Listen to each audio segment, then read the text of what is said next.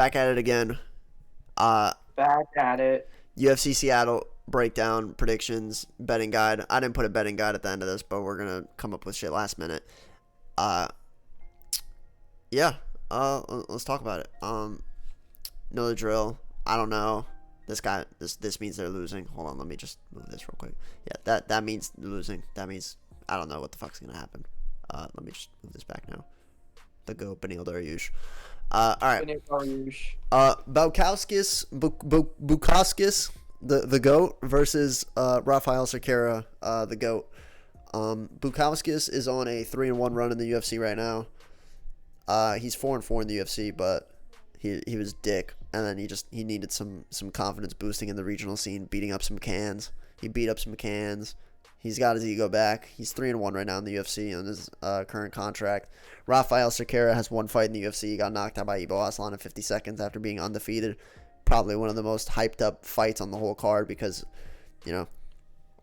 11-0 undefeated light heavyweight versus 13-1 light heavyweight prospect who beat the only guy he lost to. And Rafael Cerqueira gets knocked down in 50 seconds. I'm taking Bukauskas by decision. That's my prediction for the fight. Yep. I agree with everything you said. Via smudge grappling. Yep. His defense. I'll tell you guys something. Here's the thing. Here's the fucking thing, you guys. Here's the thing about Bukauskas' defense, guys. His defense is really goofy. He's got really goofy defense. And his DDP ad defense. But he does train with Tom Aspinall, and I trust that his fight IQ won't be too dog shit this fight, and he'll use wrestling. I'm not really sure how good Cerqueira's submission game is. Like, if I pull up his Tapology right now, I'm honest to God, could not tell you off the top of my head how many submissions he has. Maybe I'm a casual for that. Looks like a bum, so tell you all you need to know. Cerqueira's jiu-jitsu game is probably not all that. Yeah, we're gonna take Bukauskas by decision. All right, Ruzi Boev by knockout in the first round. I don't really have to say too much about this fight. The guy's taking the fight on short notice. This is a layup fight for Ruzi Boev. He's yeah. Ruzi Boev has had fucking 3 or 4 MMA careers before he even got in the UFC. He looked Ruzi the Boev best. Also has something called plot armor. Yeah, he's the only guy that didn't get finished by Joaquin Buckley at 170 in 2024. That does say something. That does say something. Exactly. He also is 6'4", 6'5", and he's got a very, very good. He's gonna use that fucking frame. He's gonna use the frame. He looks like a Khalil Roundtree knockoff. Get this bum out of here. Yeah, bro. I'm taking Ruzi Boev to knock him out probably in the first round. That's my prediction for how this goes. This one, I honestly could not tell you shit about either. Yo, that's a name right there. Veretennikov. Veretennikov. Tennikov. It says he's from Ukraine. I think Tapology said he's from Kazakhstan. Yeah, Paige Van Zandt's husband's gonna die. I'm purely picking him because of his last name. I actually haven't seen either of these guys fight, and from what I understand, both of them are taking this on short notice. So, yeah, I haven't done any research for this fight. One looks like a bum, and the other one looks like a bum. So, if I had to guess, this is gonna be like a boring fight. Yeah, this don't expect anything from this fight. This might be the fight of the night, the most boring fight on the card. This is gonna be the most boring fight on the card. All right. Now this might be the most boring fight on the card. Oh yeah. Basharat by butt touching. Bro, listen. Here's the fucking thing about the Basharat bros, you guys. Bedtime MMA was so big on the Basharat bros, and then Javid Basharat, I think it was him that lost to Ayman Zahabi. I want to say it was him and not his brother. Realistically, you could just put random syllables together and call it a UFC fighter. yeah, exactly. Ashabat Karabov. I can guarantee you that's an up-and-coming UFC champion right there. Training out of somewhere in fucking Europe. I don't know. You sure not Ricky Simone, the guy that subbed Marab via technical submission with a guillotine and at the end of the third round? He only subbed Marab because Marab knocked himself out. Rob slammed him down and knocked himself out, bro. Bro. Yeah, the only guy that was beating Merab was Merab. Ricky Simone got gifted a win. Ricky Simone got gifted a win. Here's the fucking thing, you guys. Basharat, he got outpointed by Sahabi. It was a close fight, but he definitely lost. He's going to want to come back. Ricky Simone, he's on the decline already, and I'm not saying that's why he's going to lose, but I think he's on the decline, and he's got a pretty bad matchup. And he's also getting up there in age, from what I understand. How old is he? Oh, he's not even that old. He's been in the UFC for a while. He's just got a lot of he's just got veteran experience. He's 32. He's 32. Oh yeah, so he's got that Max Holloway experience. Yeah, bro. He's been in the UFC since he was like 20 or some shit. Bro, he's been here for a fucking long ass time. Bro, he's 8-5 in the UFC. Yeah, I think Basharat. Yeah, here's the thing. I just think Basharat's gonna outpoint him. That's what I think is gonna happen. If I was to put money on this, and I think I would be confident enough to put money on this, Basharat's gonna outpoint him. I really don't even think that's crazy. Yeah. All right. This fight. So a bum black guy versus a bum white guy. All right, so let's act like the minus 1,200 favorite isn't gonna put belt to ass. Now, here's the fucking thing, you guys. Undefeated fighters have a really, really bad have had a really bad time this year, and you know, it says he's 1-0, but he's actually 6-1. Mansour Abdul Malik 7-0, 7 finishes, 6 of which being in the first round, I think. Yeah, he's a fucking beast, you guys. Here's the fucking thing, you guys. And he beat Dusko Todorovic, or whatever the fuck his name is. Yeah, he was a vet in the UFC. I think he had a few fights from what I understand. Yeah, and he knocked him out in the first round. It doesn't really say. It just says punches. I'm couldn't fucking tell you what the fight actually ended up in because it just says punches. It, like the other ones say ground and pound or whatever, but this one literally just says punches. So I couldn't tell you how exactly he finished him, but yeah, he maybe he finished him by throwing a few punches. Yeah. If I had to guess. Yeah, punches. He won via punches. I'm taking Mansour Abdul Malik, probably first round knockout. I'm seeing end of first round. His average fight time is like a minute, but for the sake of giving bro a chance and him he's probably gonna be as sharp as ever for like 2 minutes. I'm gonna say like halfway to the end of round 1, Mansour Abdul Malik TKO's Nick Klein. That's sure. My prediction. Yeah, sure.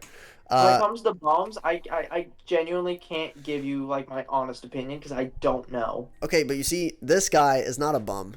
He likes big booty Latinos. He likes big booty Latinos. Yeah. Like, I don't think there's anybody who doesn't. Who doesn't like big booty Latinos? How can you not root for this guy? How can you not root for this guy? I'm picking Andre Fili. I think he's got the veteran experience. I think. I'm pretty sure he has a reach advantage. Yeah, he does have a 3-inch reach advantage. I think he's more active from what I understand. I haven't seen this guy fight, and I watch pretty much every card. So he fought on the Perez Tyra card. Moose Gooch. This dude fought on this guy Melkaziel Costa. He fought on the Tyra Perez card. And before that, he got TKO'd by Steve Garcia. So, he's not very active. He fights like every 7 months. And Andre Fili, he fought at 303, I think, his last fight. Got a split decision over Cub Swanson. He got TKO'd by Danny Ige, but that's Danny Ige, the fucking gatekeeper of the division. He beat Lucas Almeida. He lost to Nathaniel Wood. I wish I could tell you who the fuck that is. Maybe Daniel Fields knockoff? Yeah. See, it's not Nathaniel Fields. It's Nathaniel Wood. Yeah, Nathaniel Fields knockoff. Yeah. So I'm picking Andre Fili. I think it's 12-10, 2-2. Yeah, I'm taking Andre Fili. I think he's got some sort of plot armor. He did win his last fight, and the thing is, he's not very good at winning more than 2 fights in a row. But he's only won 1 fight in a row. So I'm gonna pick him. I like it. That is a solid enough reason for me. I'm gonna pick him. Now this one, you guys. Here's the fucking thing, you guys. Ibo Aslan has the Dana. He's getting propped up by Dana by like a lot. He's got that Dana White cream in the butt. Bro, Dana loves this guy, and I don't blame him because he's one of the most popular fighters on the UFC roster to be before they, get big moments in the UFC, because he's got like 300K followers on Instagram, and he's just a star in Turkey, bro. He's a star. Everybody loves this guy. And Ion Cutelaba, I like bro. He won me some money at UFC Paris. I appreciate bro for giving me a minus 110 leg on my 3-leg parlay at UFC Paris. But he's just not winning this fight. He's not winning this fight. He'll probably get KO'd in the first round. I don't have a lot of hope for bro, sadly. Yeah, I think this might be, here's the fucking thing, you guys. So, Cutelaba, he's so good at winning enough fights to keep his UFC contract and win the fight he needs to win before he gets cut. But he has to be on the verge of getting cut from the UFC to win a fight for him to win a fight, and he just won his last fight. So I'm picking Ibo Aslan. Ibo Aslan, big prospect.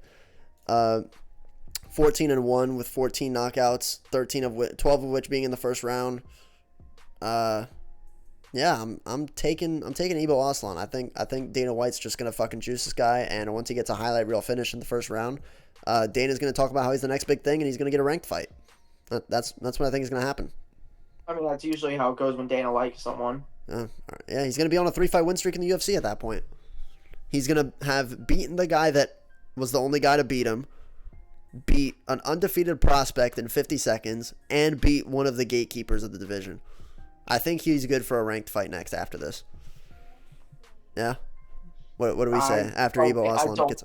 Yeah. I don't think that's a terrible idea. All right, next one. Juice Box is going to beat Menafield. Bro, Menafield is a bum. Like, you can't not call him a bum. He's so bad. Listen, I've actually seen... If I go on Tapology right now and look at the people picking this fight, Tapology's picking Menafield.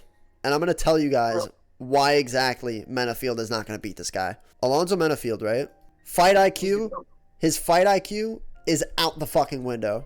This guy... If you want to watch his fight IQ live, go watch Alonzo Menafield versus Carlos Ulberg. You'll see how good his fight IQ is. Bro, this guy's just a fucking genius in the octagon. He might be Corey Sandhagen if Corey Sandhagen was black. Literally DDP if he had no chin. Bro, you saw how he started just running at... He started running at Ulberg, just swinging until he got fucked. Bro, he ran at Ulberg like he took his money, bro. I couldn't tell you, bro. Julius Walker, I'll be honest with you, I haven't watched shit from him. I just think that if he hasn't lost in the regional scene, and he's only gotten finishes, most of which being early, I think his fight IQ can't be that bad, and I think he will most likely win a decision. I think he's going to get his first decision win. He's going to keep him at bay with the jab most likely, or just use his frame, because he's 6'4", he's got a 4-inch height advantage and a 2-inch reach advantage. He's going to use his frame, and he's got submissions. I'm not really sure how reliant he is on his grappling, because like I said, I haven't done that much research on tape for this guy, but yeah, I'm just going to assume that Julius Walker is not the most brain dead fighter to walk in the octagon, because I think that's Alonzo Menafield. So this fight, here's the thing about Bagdasarian, you guys. He's not that bad. Like, he's a plus 400 underdog. He's not that bad.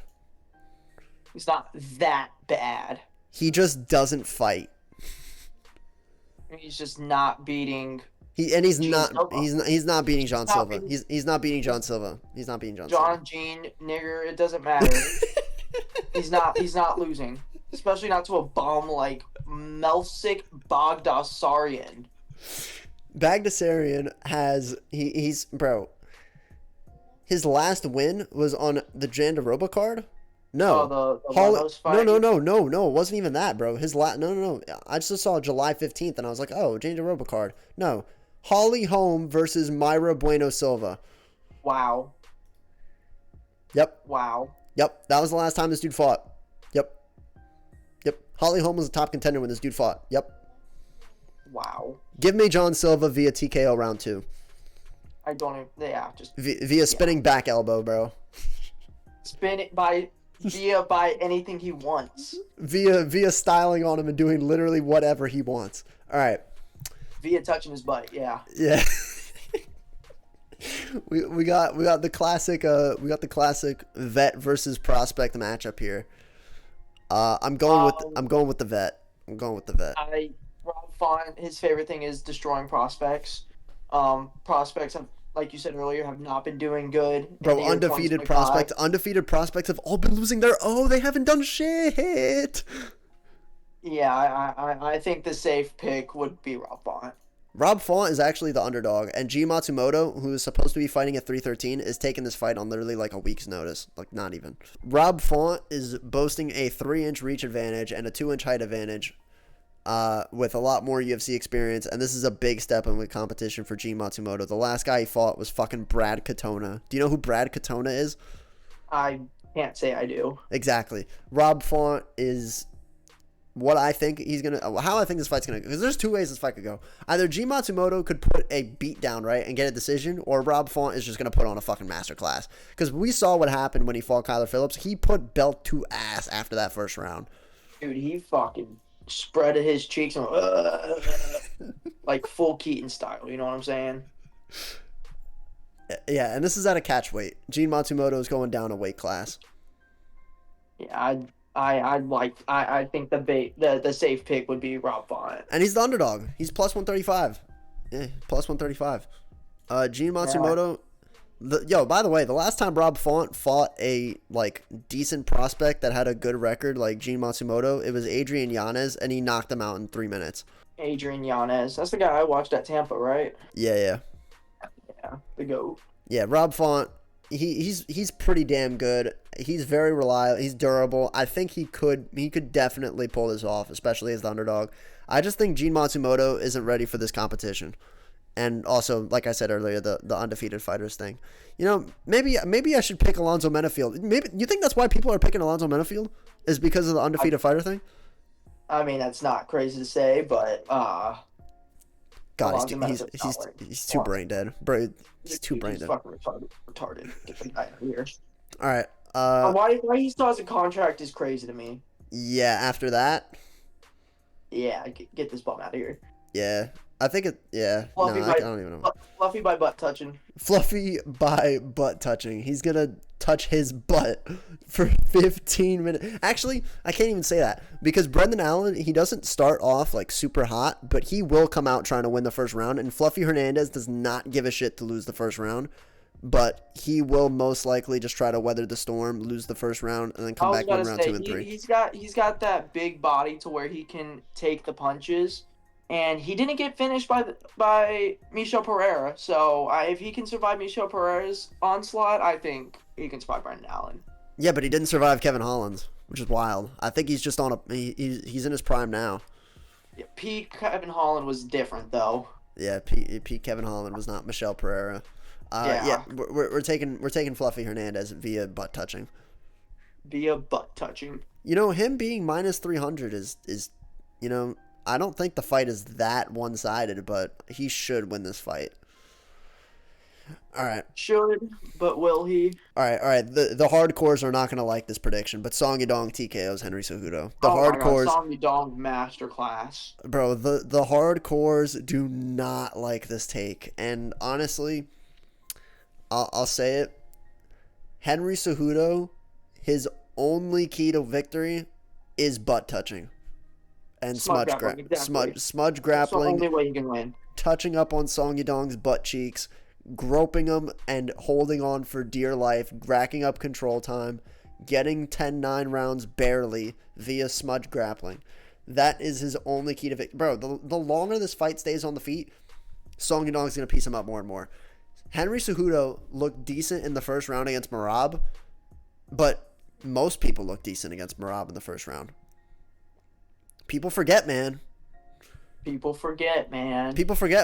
Merab got caught by Marias. He got caught by fucking Henry Cejudo. He got caught by... Merab gets caught by everybody, bro. He got caught by everybody except O'Malley. Yep. The guy everybody said was going to knock Merab out. Yeah, as if. Song Yadong, bro. I think he's gonna put the beats on him. Henry Cejudo, he's really great. Double champ. His legacy. Past his prime. He's past his prime. He's 11 years older than Song Yadong. He's fucking 38 in the bantamweight division. I think. I mean, he did say he was gonna eat out Song Yadong. He's gonna eat him out. Kind of like I do with Keaton. And he said he was going to beat him off. Oh. I don't do that to Keaton. Keaton does that to me.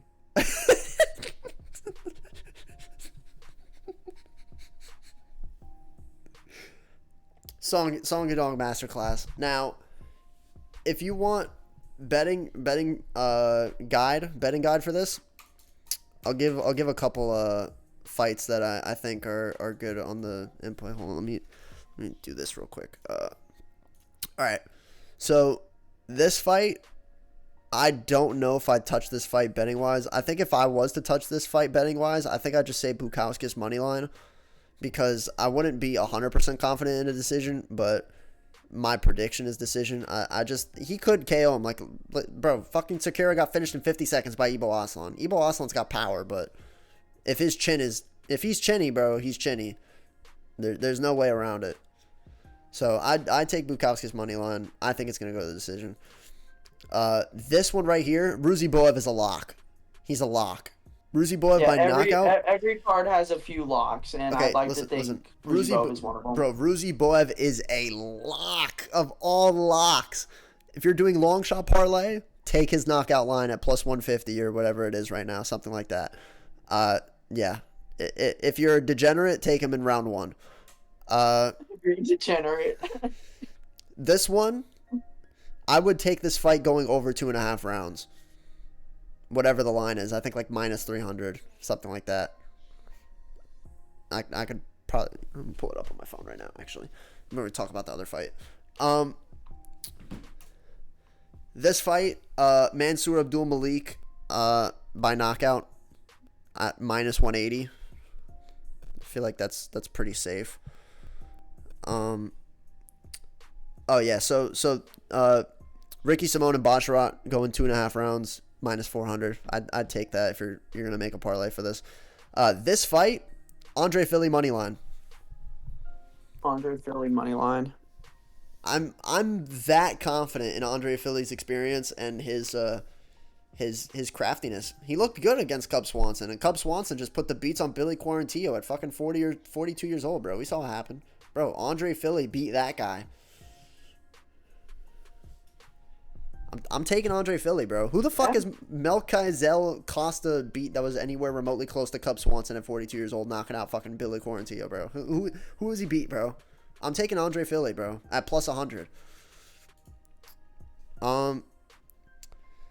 Yeah, Ibo Aslan money line, bro. Nothing, not really any. I mean, you could take him by knockout. It's pretty much the same odds, but yeah, like poor guy, bro.